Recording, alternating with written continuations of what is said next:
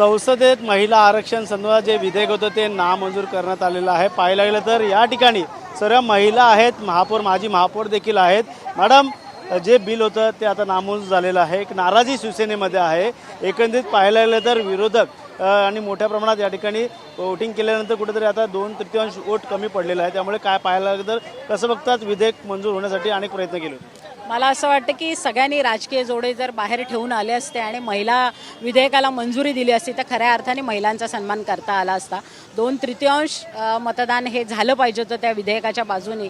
पण जरी सत्तेत आम्ही बसलेलो असो तर जे विरोधक आहेत त्यांनी देखील ह्याला समर्थन दिलं पाहिजे होतं। पण त्यांनी तिथे आपल्या कोत्या मनोवृत्तीची लोकांना दाखवून दिलं की आपण किती कोत्या मनोवृत्तीचे आहोत आणि त्याच्यामुळे अशा प्रकारच्या विधेयकाला त्यांनी नामंजुरी दिली आणि खऱ्या अर्थाने महिलांचा सन्मान त्यांनी केला नाही। आणि कुठेतरी हे विधेयक स्वतःसाठी या स्वतःच्या फायद्यासाठी असं करत असल्याचा विरोधकांचा आरोप प्रत्यारोप होताना पाहायला मिळतं।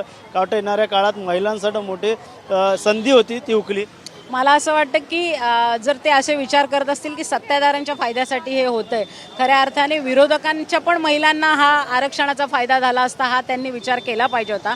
खऱ्या अर्थाने त्यांनाच महिलांना कुठे ह्याच्यामध्ये सहभागी करून घ्यायचं नाही।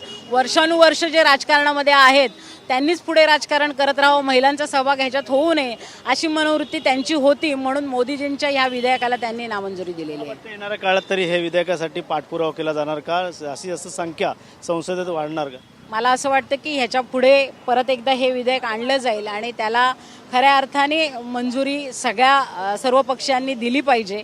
कुठेही मतभेद न ठेवता, मनभेद न ठेवता, पक्षभेद न ठेवता अशा प्रकारच्या विधेयकाला मंजुरी द्यावी। कारण तळागाळातल्या महिलांना संसदेमध्ये येण्याचा, विधानसभेमध्ये येण्याचा अधिकार आहे आणि त्यांनी त्यांचं परफॉर्मन्स एक वेगळ्या चांगल्या ह्याच्यात दाखवले। आज महाराष्ट्रामध्ये बरेचसे मुख्यमंत्री महिला आहेत आपल्या भारतामध्ये आणि महापौर पण महिला आहेत। तर अशा प्रकारे त्यांची कामगिरी लोकांनी बघितलेली आहे आणि जर विधानसभेमध्ये त्यांना येण्याचा मान मिळाला किंवा संसदेत येण्याचा मान मिळाला तर मला असं वाटतं की त्यांचं चांगलं परफॉर्मन्स ते दाखवू शकतील। काँग्रेस अनेक वेळा विरोध करताना दिसतात।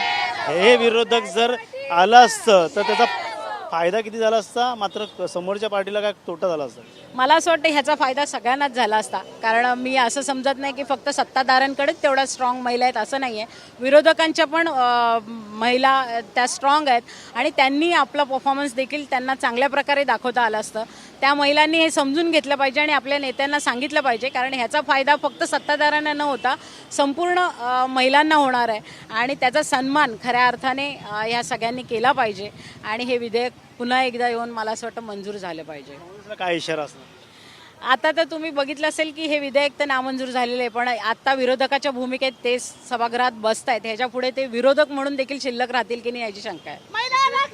पाहिलं गेलं तर महिला आघाडीकडनं सरकारच्या म्हणजे बाजूने मांडत या ठिकाणी आपली बाजू मांडलेली आहे आणि काँग्रेस सरकारच्या विरोधात घोषणाबाजी करत हे जे महिलांचं विधेयक आहे ते मंजूर झालं पाहिजे असे देखील त्यांचं बोलणं आहे। मात्र नामंजूर झाल्यामुळे त्याला फटका मोठ्या प्रमाणात महिलांना देखील बसणार असल्याचं देखील सांगितलेलं आहे।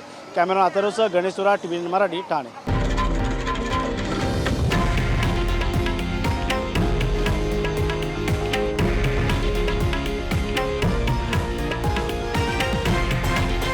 हे आहे देशातील नंबर 1 न्यूज नेटवर्क आणि आपण पाहत आहात TV9 मराठी, एकमेव।